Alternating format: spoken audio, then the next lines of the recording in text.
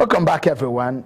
Everywhere you turn to these days, there is a debate about corruption in government, especially with President Buhari's reinforcement since he came back from the United Kingdom. Some may even say his body language now still works.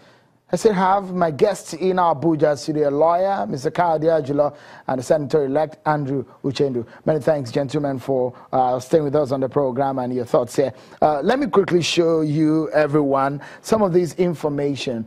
These are funds awaiting return from foreign jurisdictions.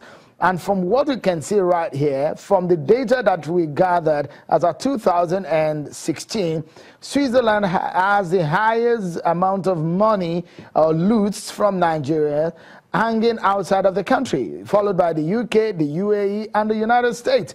And you can see just how much these monies are. If you flip the page, and let's show you some more, the cash recoveries that are being gotten from EFCC recovered funds account, royalty, the ones from the Office of the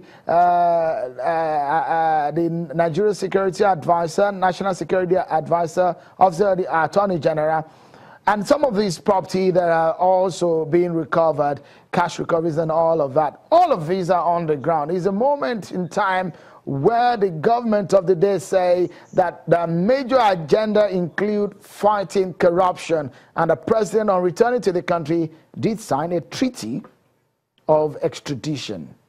Let's continue with the conversation now. If I may come to you quickly, Senator Uchendu, in your thinking, do you feel that the anti-corruption war is a success?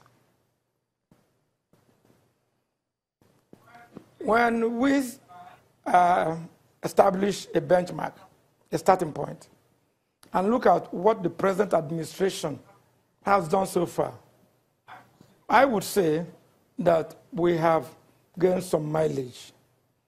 It has been an improvement from what it has been over the years. There is consciousness in fighting corruption. There are recoveries.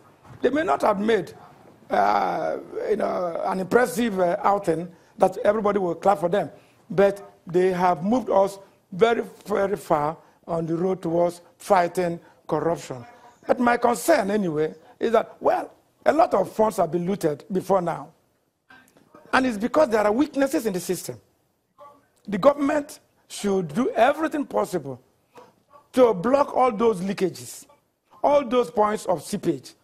And the possible and feasible ways to do that will be to strengthen the institutions, come up with procedures that must be complied with, and an enforcement on those procedures.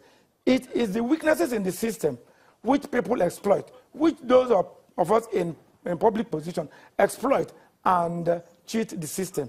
And so if there are conscious efforts to now tidy up procedures in effectively doing anything in government, we will be reducing the amount of seepage we record in the system. I think this is where I think the present administration should start to focus upon.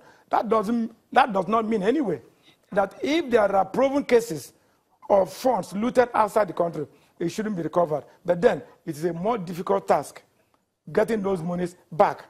And it is easier for us to tidy up in our kitchen, in our bedrooms, procedures of carrying out government functions. And that is one way that I believe the present administration will be leaving behind a legacy. I will tell you this. Before 2004, there was nothing like a Federal Tenders Journal.